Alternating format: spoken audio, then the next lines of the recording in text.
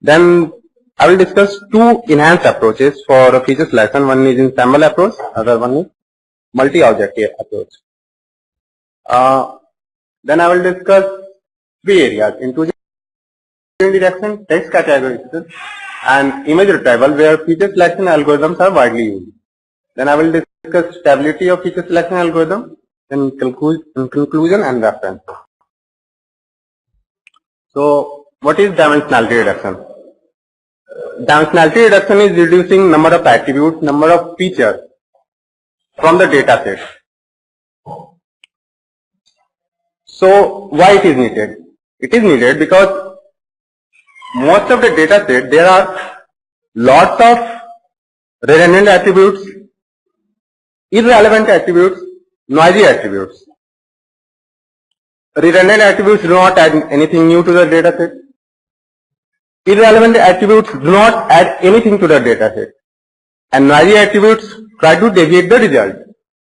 So we need to remove those attributes. Additionally, if those attributes are present in a data set, they will incur computational cost and storage cost.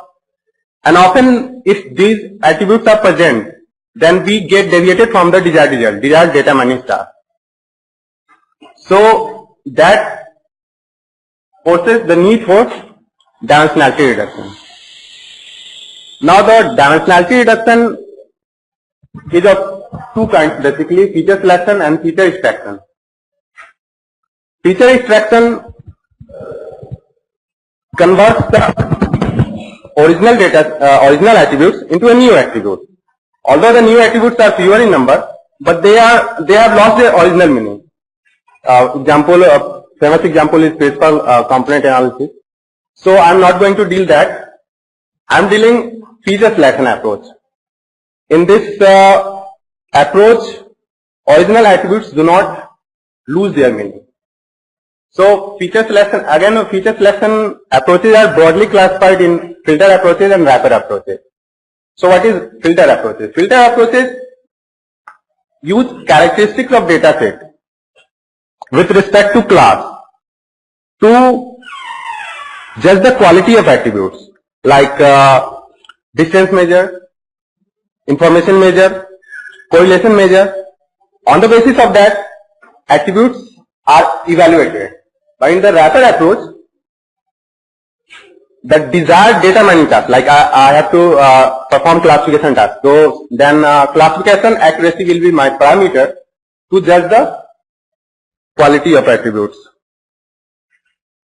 Now I will discuss enhanced approaches for feature selection, ensemble approach and multi-objective approach. So what is ensemble approach?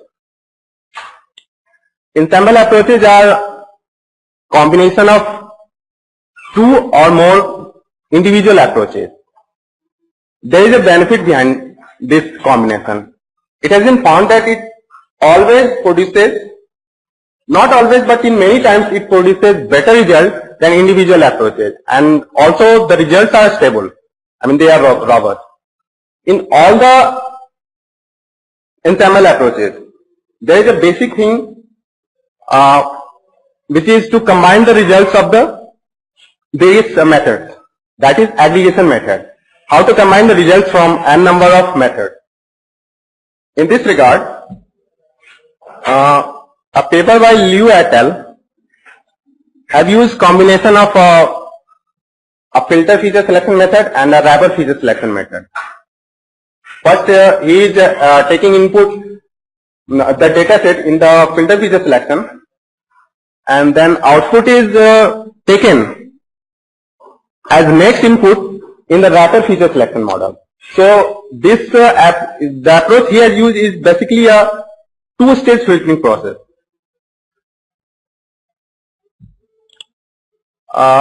Another paper by Yang et al. Have used fusion of multiple performance criteria. So what are performance criteria? I already said that features are evaluated on the basis of some objective function. So those objective functions are performance criteria like distance measure, entropy measure. So in his approach, he has used two kinds of fusion. One is a score-based fusion, and second is ranking-based fusion. In a score-based fusion, each individual criteria assigns a score to attributes. Like first criteria assigns a score 20 to feature 1, 15 to feature 2, 0 to feature 3. Second criteria assigns a score 1 to feature 1, 3 to feature 2, like that. Then comes the need for a score combination method. A score objective function. There is some function which is producing a score. But that function is, it will take more time to explain that, so I will skip that. In the ranking-based fusion, each attributes are not given any score. They are simply ranked 1, 2, 3, 4, or 5. I mean, this attribute 1 is having 1 rank, so it is more suitable. Attribute having 2 ranks, less suitable, like that. What in a score combination they are using? They are simply averaging the scores of an attribute. Like attribute 1 has gained 20 by criteria 1, 30 by criteria 2. So a score combination method is 20 plus 30 divided by 2. So it will assign a score 25 to attribute 1. In the same way, the ranking fusion, but in the ranking fusion, what rank aggregation method will do? It will add all the ranks, and after that, all the attributes will be sorted according to their rank, and the attributes having higher ranks will be considered optimal attributes.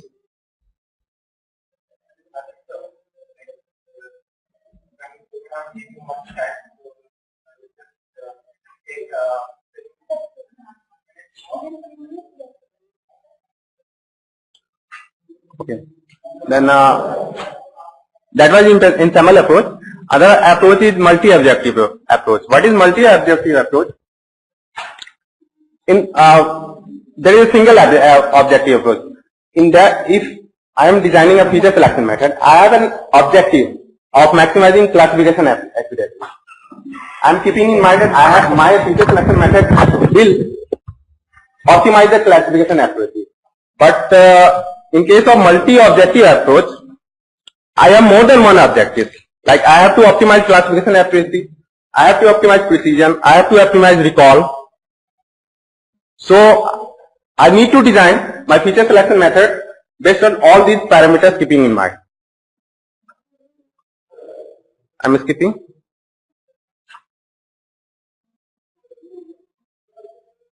Now major areas benefited by feature selection algorithm.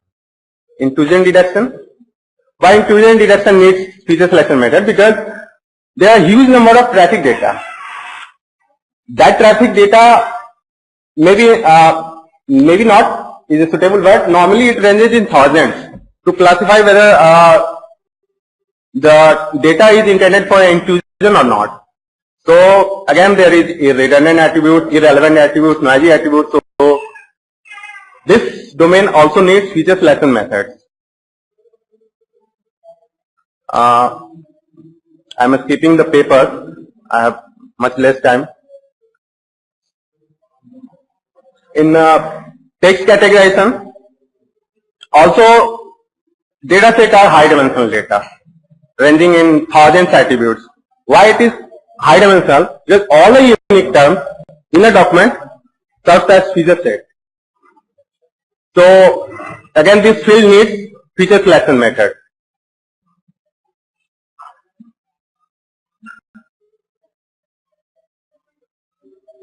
Also in the area image retrieval, we have to find out our desired images from a huge database.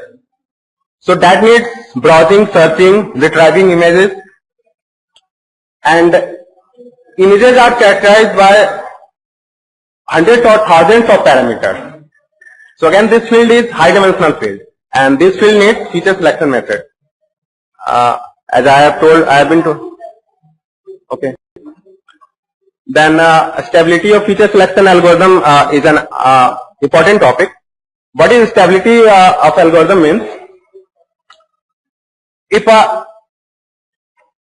my feature selection algorithm is giving this attribute as optimal attributes, if I add some data or remove some data, then my algorithm should not be deviated from the optimal features. If that is achieved by my feature selection algorithm, then my algorithm is stable. If not, it has often been observed that most of the feature selection methods are not stable. They need enhancement to make them stable. So in my quick survey, what I found that there are large number of approaches for feature selection having different combination of objective function and search method. What I found is lacking in this field, that stability was lacking, and recently there is increased interest towards stability of algorithm. One thing I found that that is completely lacking is the feature selection methodologies for stream data and big data. So that forms a future research scope.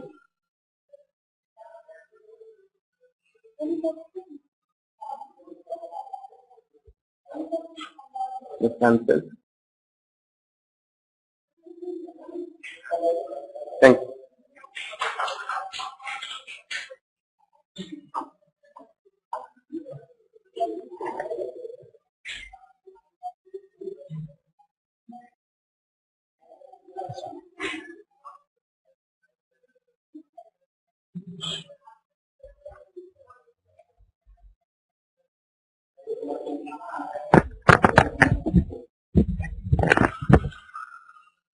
An announcement: we are having a shortage of time, so all remaining participants are requested to conclude the presentation in 8 to 10 minutes only. Next we have paper ID 73, Rashmi Vikas Nayak.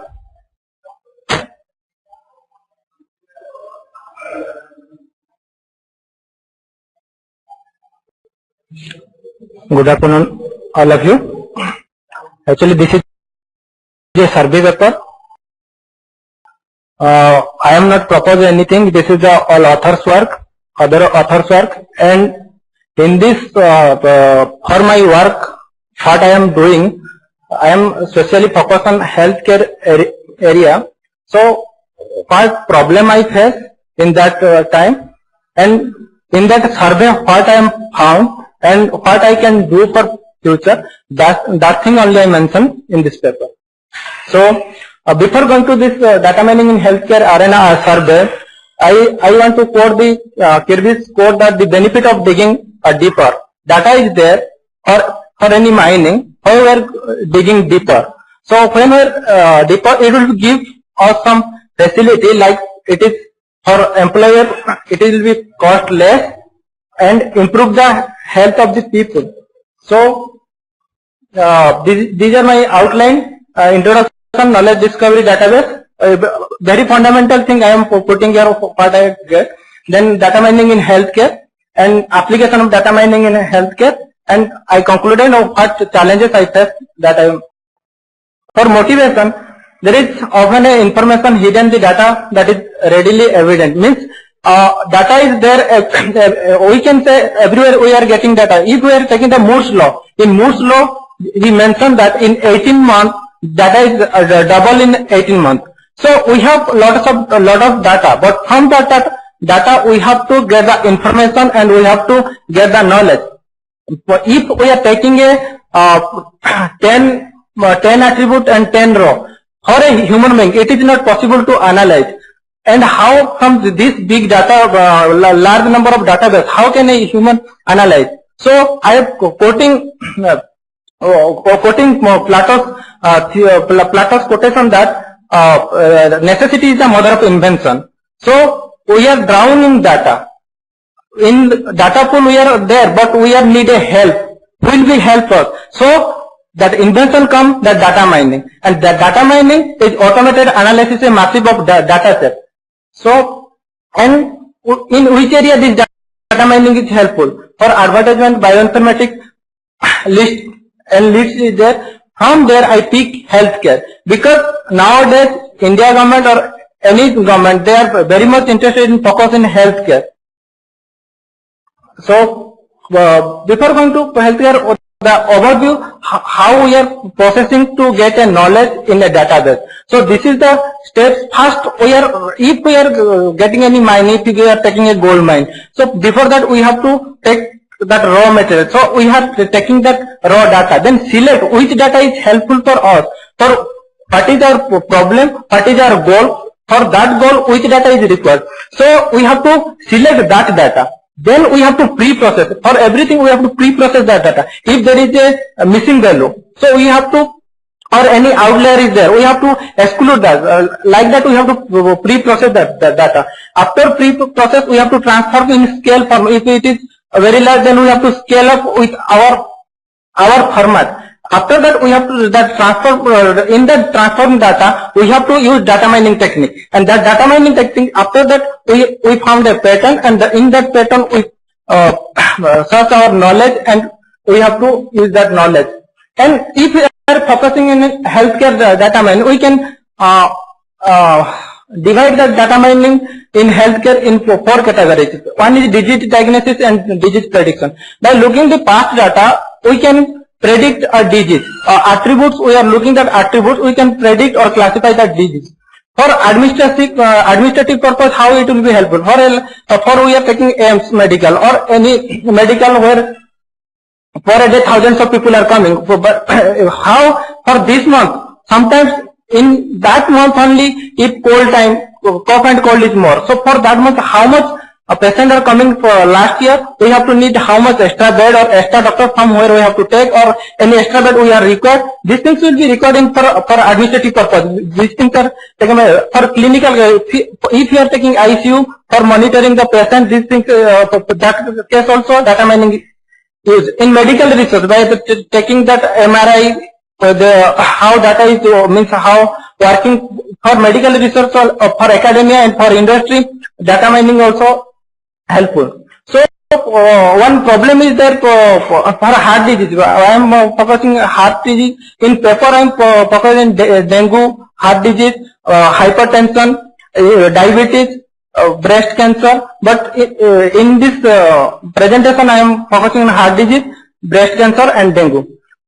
Here in heart disease, one concept is weighted association classifier. We know association rule, but weighted association classifier. When raw data is given to raw data is pre-processed, then assign a weight. For each attribute we have to assign a weight. How will we assign that weight? How much that weight is prevalent means how much that weight impact to classify that class.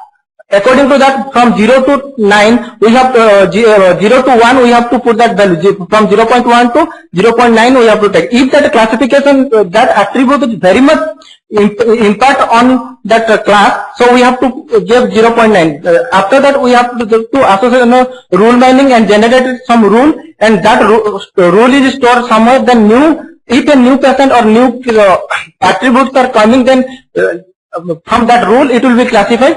Which class this person will belong. There is generally there we are count support and count, but here weighted support and weighted confidence is calculated, and author gave that it will be very much good than neighbors classification.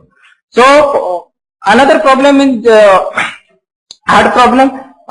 Another author, he found that he classified using net-based decision tree and artificial neural network, but some constraint is there. Time is a constraint. When data size is very large, then how will we reduce that data? Using genetic algorithm, he optimized that data, means attribute and that data size. and telemedicine is a nowadays telemedicine, teleservices are used. So in this paper, that telemedicine platform, that author is pre-processing that data, then HRV heart rate variability feature extraction is taken. Here two times he used the CART tree, classification and regression tree. In first he is classified using CART and found that the patient is belong to heart failure or not. Again he will be classified this heart failure is mild or severe. And in feature selection in best, here he found two problems. One is to identify the important parameter and that diagnose the patient is benign or malignant. Means is affected by cancer or not. So by World Health Organization report, in every 8 women, 1 woman is affected by breast cancer. So it is the second highest cancer affected in women. So here he used ASIM support vector machine for that feature selection and smooth support vector machine for classification. And if we are going to dengue, here he used decision tree and fuzzy logic and calculate in the decision tree he got the knowledge, and using that knowledge in that knowledge he used fuzzy logic and what issue and challenges here. When I tell them how will we collect the data, I went to somewhere for collecting medical data. There I found that problem. I just said that he is affected fever or not, yes or no. But problem is there, it is a means fever, what is the level of fever? So what issues we are facing in medical diagnostics, when you are carried out precisely we have to think, means to know that the value is yes or no. We have to, what is the range, what is the value, if diabetes is there, how much that range is there. So we have to think these things. But means for academia they are okay, yes or no. We are taking that and we are classifying, but this is the one challenge. Another is that decision is taken by, that doctor is taken by his past experience. We cannot means store that data, we directly not classify. Sometimes it will be misclassified. So in that conclusion, I guess this is my extensive survey. I found that the mining is very much helpful to boost our accuracy. We are combining some model, means some algorithm, and we are proposing hybrid approach. And what is our main goal? Main goal is to serve humankind, and how can we turn the data to means knowledge, and we can how we predict knowledge from that data and get decision and predict the disease. And these are my references. Thank you. Any questions? A human brain contains the 100 billion neurons. So same property can be simulated with the help of the artificial neurons. But it is the outline neural network. What is, and basically we focus here the neural network in the forecasting. What is forecasting? What are the challenges in the forecasting? Literature review, testing versus training. Why neural network we choose? And challenging designing the neural network. I am working on the solar prediction, solar energy prediction with the help of the neuron. So a short review regarding that and conclusion, future plans and references. Basically, in the human brains, neurons are connected to the 10 power 11 neurons with each other, but it is not possible in the case of the artificial neurons. Artificial neurons have the lot of architecture in which majorly use the multi-layer neurons, multi-layer perceptron, and the recurrent neural network. Recurrent neural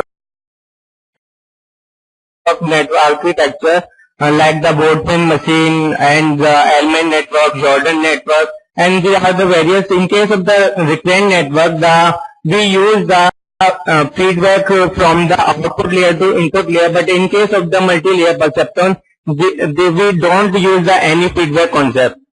So we give the architecture of the multi-layer perceptron in which we use the two hidden layers and the input layer and output layer. Input layer used for providing the input to the input layer, and from the output layer we got the output. Okay.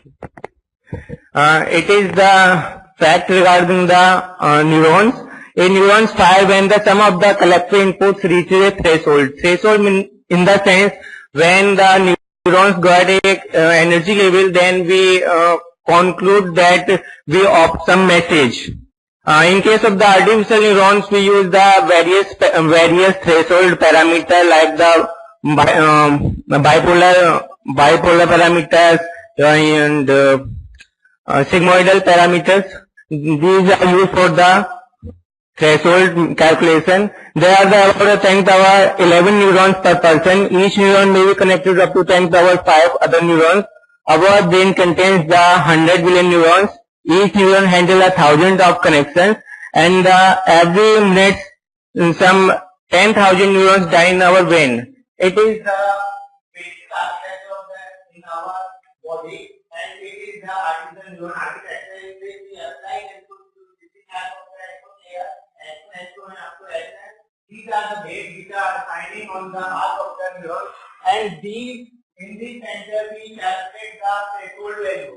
With the help of the some wise function also used, which is not mentioned here, we multiply the input value with the weight and sum of this and plus add the wise value and find out the threshold value. If we got the above value from the threshold, then it is okay. Here we discuss the what is forecasting and what are the needs of the forecasting.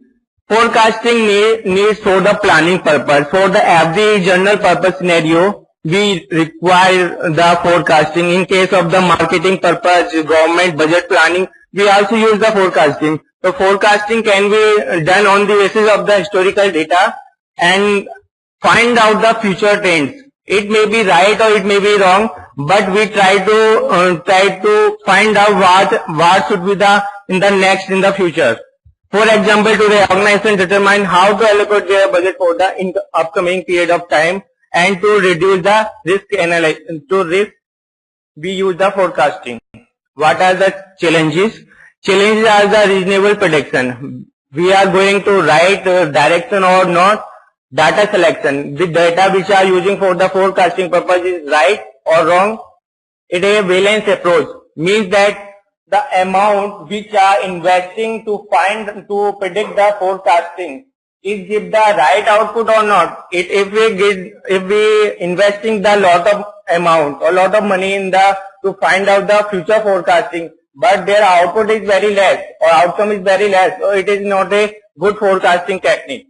Acceptability means that which technique we use for the forecasting is globally acceptable, or lot of methods or lot of means that for the it is a problem specific, or for the lot of problem it can be acceptable or not. It is the literature review of the neural network by which some authors try to find out the results of the neural network. In case of the traffic flow, here the author is try to find out the size of the vehicles. Here the author used the three vehicle size: small vehicles, medium vehicles, and the large vehicle to find out the road traffic jam problem. And in the other literature review of water forecasting, here different author use the different architecture of the neural network. In telecom sector also we use the artificial neurons, and finance is the major application field of the artificial neurons.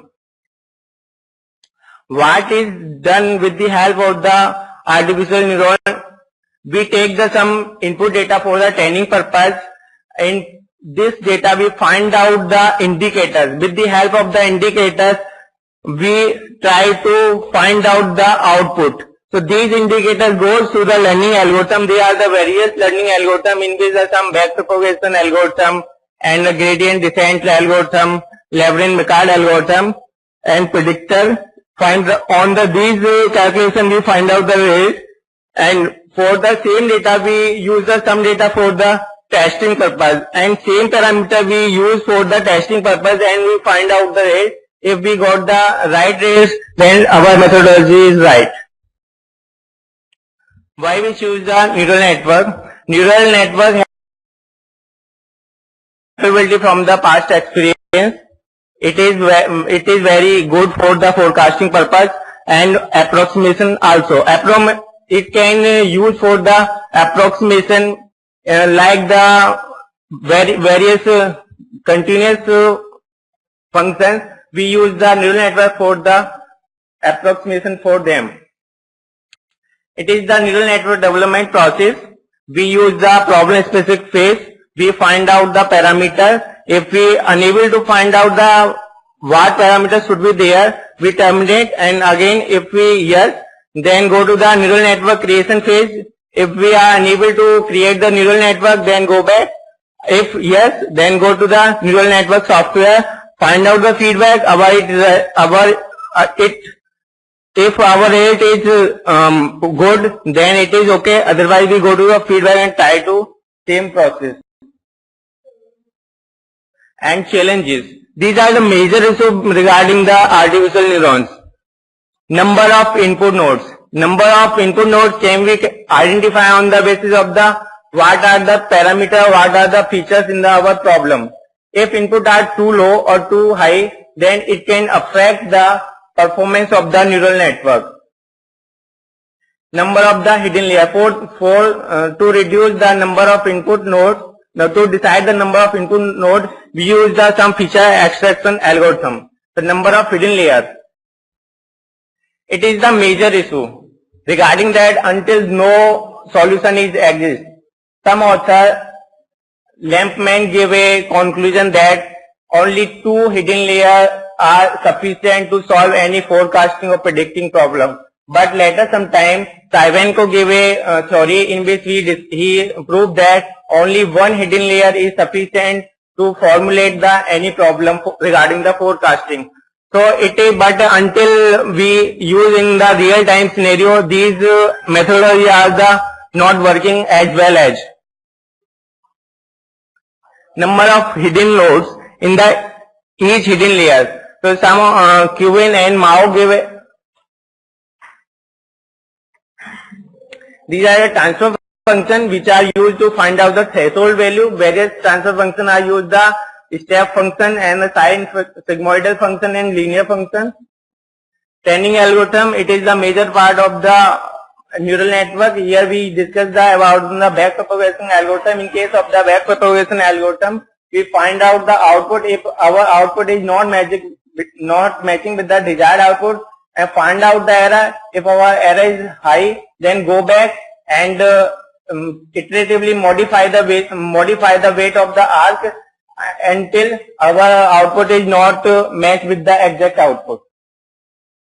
Limitation of the ANN. ANN lacks of the explanation capability. If we got the some output, we can't in any stage to find out how we get that output, and the absence of the quality assurance method, how we verify our implementation, it is right or wrong. Here we use the neural network in the solar energy. Basically, solar energy use the traditional method to find out the energy prediction. Here we use the majorly 2 methods, REST1 method or REST2 method. But these methods use the lot of parameters. REST2 method use the 30 parameters to find out the calculation. But in case of the Indian scenario, there are the lot of opportunity for the solar power. So we use the ANN for the predicting the solar energy. It is in the case of the India, theoretically 5 pentawatt per hour average energy are capable to generate. And this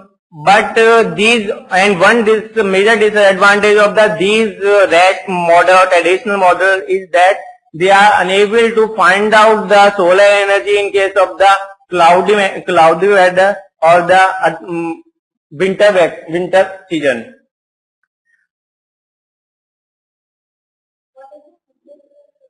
What?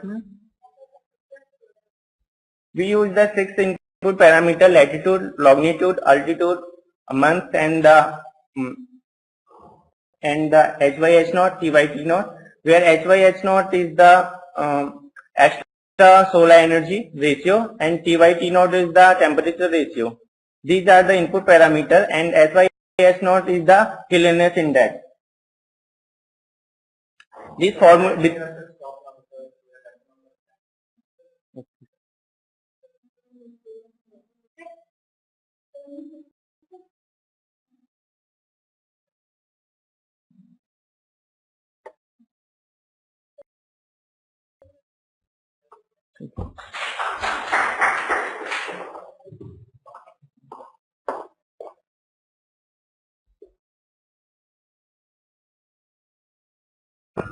Very good afternoon to all the dignitaries and all the dear friends.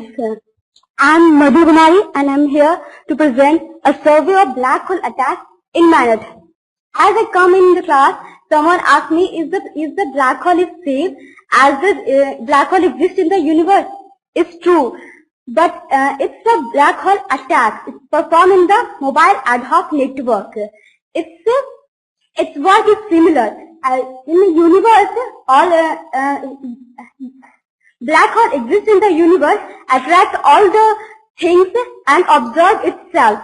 Here black hole attackers node attract all the data packets coming in the network and observe all the data packets towards itself. It's a denial of service attack which is performed on the network layer in MANET, where attackers aim to disrupt the communication. These are the outline of my presentation and motivation. MANET as application is widely used in both critical mission scenario such as during war and rescue operation. But unique characteristics such as it provides a decentralized and infrastructure-less network, its unique characteristics make it vulnerable to security attacks, especially for denial of service attacks. Black hole is one of the most popular denial of service attacks performed on the network layer. Introduction. Let's see what is the MANET. Before I going to deal about what is a black hole, first I would tell about what is the mobile network network. Mobile network network is decentralized. Here, nodes are able to communicate with each other without any fixed infrastructure. Areas, as I told you, the infrastructure is not available. For example, in a rescue system, the centralized administrator gets destroyed. So how we can communicate with each other? There is no central administrator. So here nodes is capable to make a communication without any centralized administrator. It's used peer-to-peer architecture. Here each node is autonomous. So it is highly vulnerable because attacks can be possible from anywhere. Here, as I told you, it's totally different from the traditional architecture. It is a traditional defense system. Architecture such as firewall is not applicable here. It's used, so here for defending a network, it uses intrusion detection and prevention techniques. It's not as like a traditional architecture. So here routing protocol is not used by traditional architecture. There are so many routing protocols used by MANET, is especially designed for MANET, which is proactive, reactive and hybrid. In proactive routing protocol, use updated routing tables to find route from source to destination. In reactive, source node initiates route discovery process for the destination node. Another one is hybrid, which is used mixed advantage of both routing protocols. The AODD routing protocol is one of the most demanding routing protocol, which is adaptable in highly dynamic nature as MANET requires. It uses purely reactive technique, uses three types of control packet, which is RREQ, stands for route request, route replies and route error. This is the animation. Here, source node and destination node want to communicate with each other.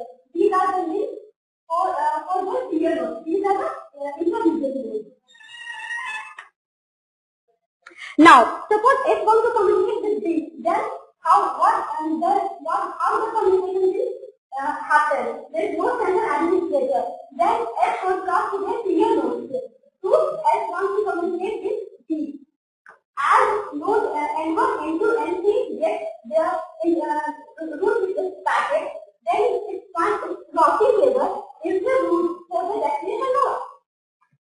Then, if they find they have a root for the destination node, they unicast root reply for the source node. If they not find, they reply they forwarded their root reply to the another serial node, as the animation shows. Then suppose M7 and A8 both have root for the destination node. Then what happens? They unicast root replies to the source node. Source node finds two roots from the node NS and N5. Here the status feature is that source node only selected those roots which have highest destination sequence number. And less hop count. So this node has less hop count than this one. So source node select the root. Select the root S1 to N2, N6, N and D. So here in AODB routing protocol,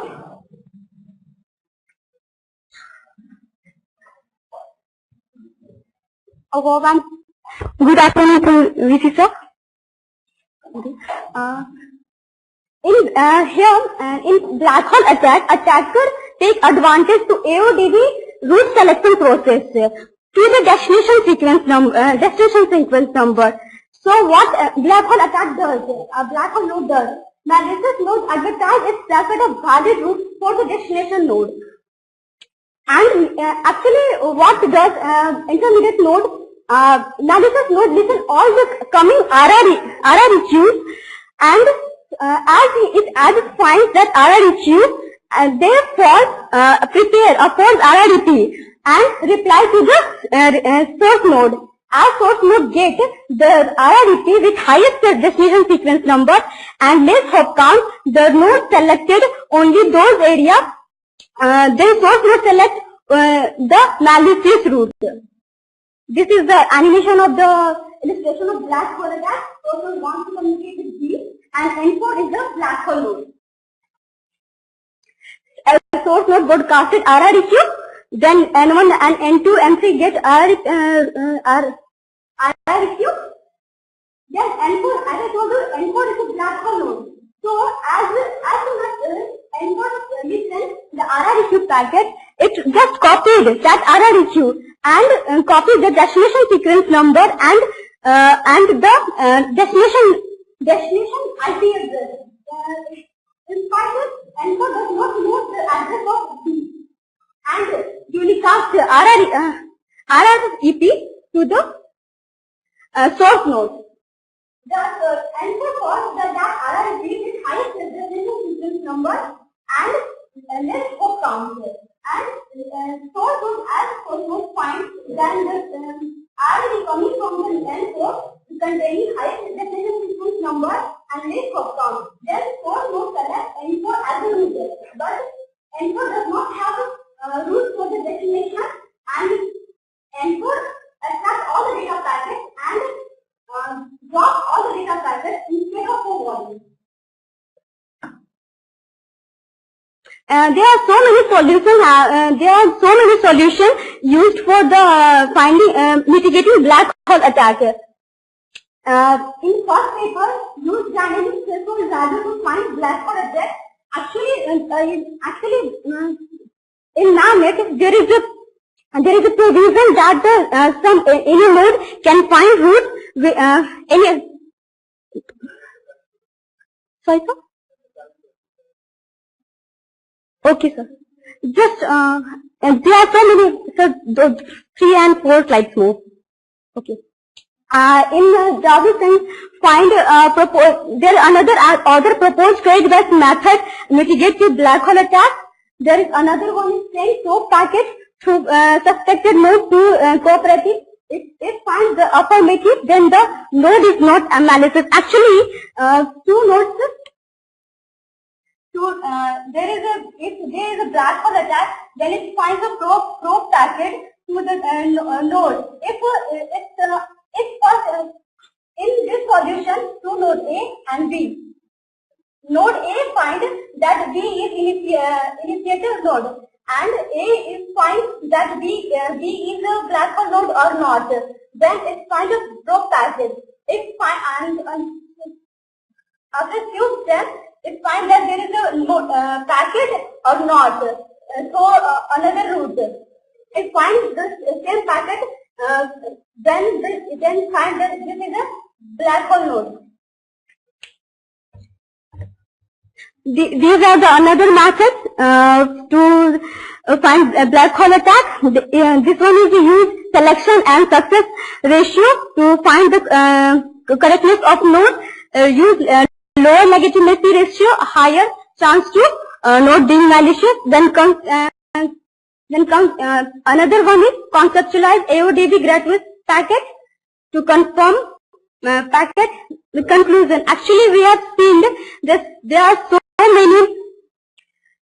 so many methods which find some of them find rules from the source destination in during root discovery phase, but some of find the after root discovery phase. So there is a need of hybrid method to find black hole attacks using both proactive and reactive attacks.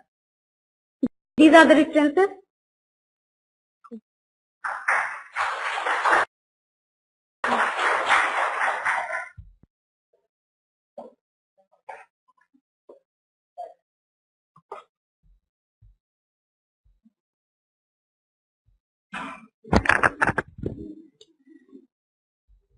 With this, we come to an end to this final session. Now, I would like to call upon our Honorable Vice Chancellor, Professor Janak Pandey, Central University of Bihar, to express his valuable views while concluding the International Conference on Recent Trends in Computer Science and Engineering, ICRT CSE 2014. Welcome, sir.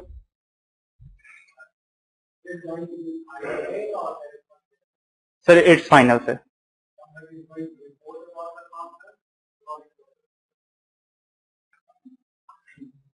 Session check.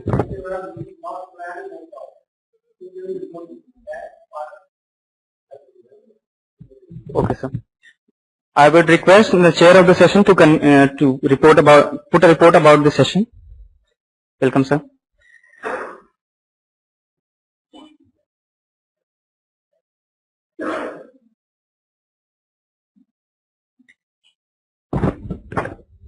Okay, thanks all the participants for some interesting talks. So actually this conference is basically not on a specific topic. It comprises of some different topics and around the computer science field. Okay, and in this session we have seen a diversity in different topics, starting from web engineering to data mining techniques and also on manets. Okay, so I hope all the audience have gained some ideas about all these topics, and I think with this I like to thank the organizer for organizing such a nice conference, and all the things are nicely organized. Although we could not give much time to each of the participants, we initially thought that we'll give 15 minutes, but at the end some of the participants got a very less time, so we apologize for that. But this is something that is not in our hands. So with this, I'd like to thank all of you.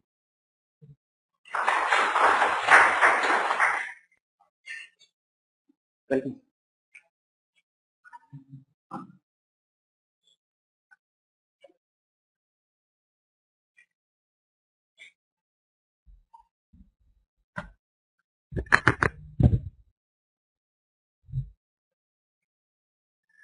Dr. Rajesh or his faculty colleagues, experts and faculty of other institutions, and dear students. This has been a highly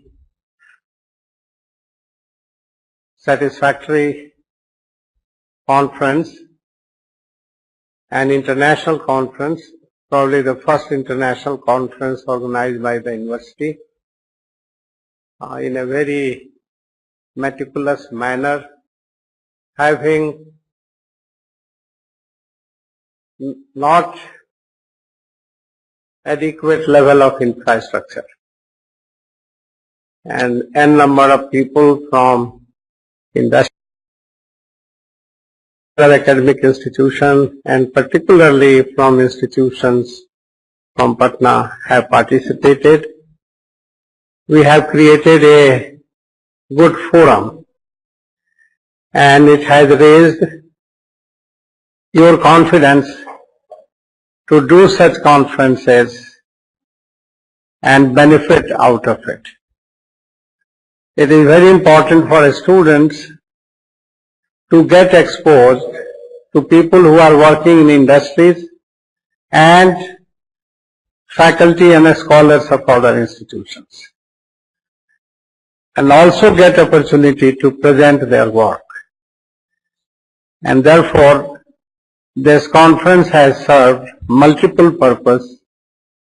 You deserve all congratulations for efficiently organizing it under n number of constraints of a new university, which is struggling to establish its infrastructure. As I mentioned earlier, we are going to add at least one more MTech program. We do have one MTech in computer science, and I have been talking to experts who have come here. Most likely another MTech would be software engineering. Our problem has been with MTech program, and particularly students have to suffer a lot related to a scholarship. We try to do one thing, then another issue comes up, and that blocks release of a scholarship by the MHRD. I will hold that a scholarship is of MHRD and Government of India. And this is your right to get the scholarship because this is a national policy. Some of the students have joined here by quitting their job, whatever they were doing. And I have been probably given more time to this issue than any other specific issue to resolve it. But one thing we resolve, another thing crops up.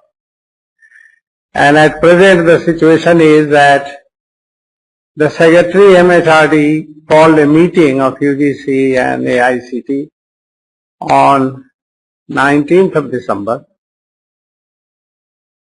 gave them direction, then written direction was issued, and AICT was asked that you have to register Central University of Bihar very specifically. Even if they don't have campus, they don't have land. Because this institution is the institution established by Government of India. And then AICT slips over it. I think probably for last 2 weeks we were expecting some outcome, but still it has not come out. So keep on trying. But let me assure you, money is yours. So don't lose heart, don't feel that your money will not come to you. This is your money. and this is your money for the your work you are doing, and the capacity you are developing in yourself. It has certain criteria, performance criteria, and that has to be followed.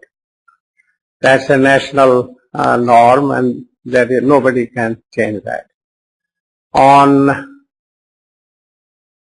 5th evening, when I reached Delhi, the first thing I did, I went to UGC.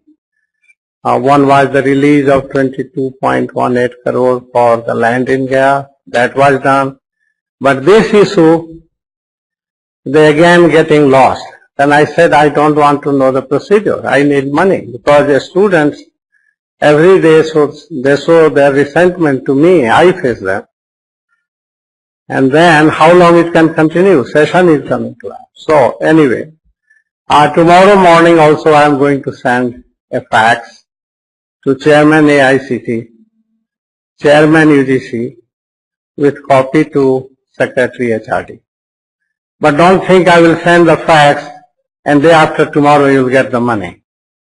This is not going to happen. So I don't get wrong expectation.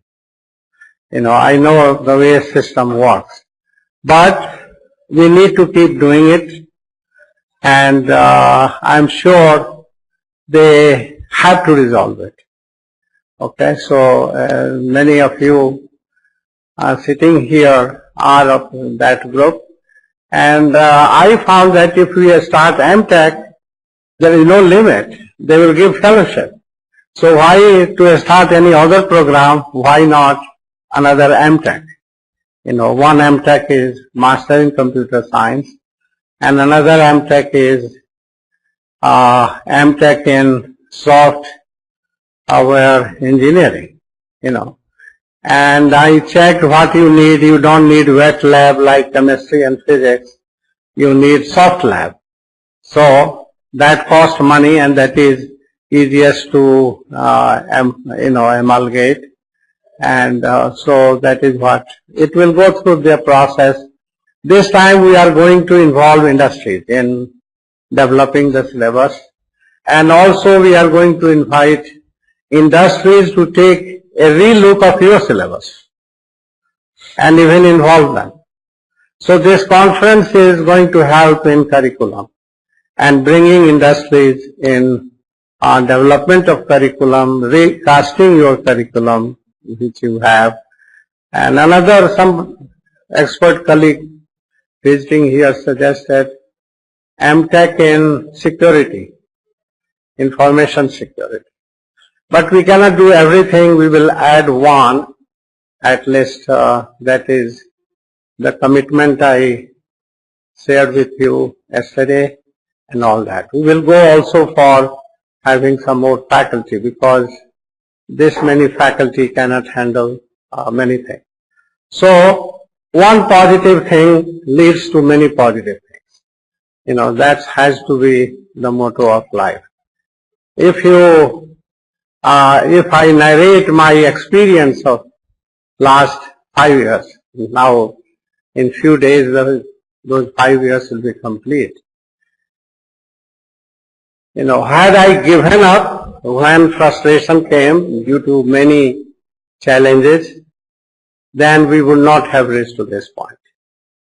So one has to take in life that frustration do come. You have to persistently work, and if you work sincerely, persistently to achieve the objective for which you have started, taken your first step, I am sure you make progress, and someday you also reach to the target, and that is making a university of world class. Thank you so much. Your patience, your contribution in making this department is great. Not only faculty but also of the students. I think they have shown greatest amount of patience in this kind of experience of a scholarship. So I really appreciate your patience. And I will send the fax tomorrow, and maybe after 4 or 5 days I will send someone physically to follow up. And that is the way to, resolve the issue. So nobody says no, but nobody. Have you seen a film Catch-22? You have not seen it. It is a film in which if X happens, then you will get Y. But X never happens. So as a matter of fact, when I wrote to the secretary last month, then this is what I wrote. That it is like Catch-22. And that clicked, that well, this is really bad. I don't know whether bioinformatics would like to change their program as MTech in bioinformatics and take only BTech students, BE students to that. That will help that the students will get a scholarship. So I have no idea. This is just one idea I thought of sharing this. But the students, will get seriousness out of it and they need support. At higher level, after they have done BTech and BE, they need to be supported. And when there is a national policy to support, we must design our program that we get maximum support.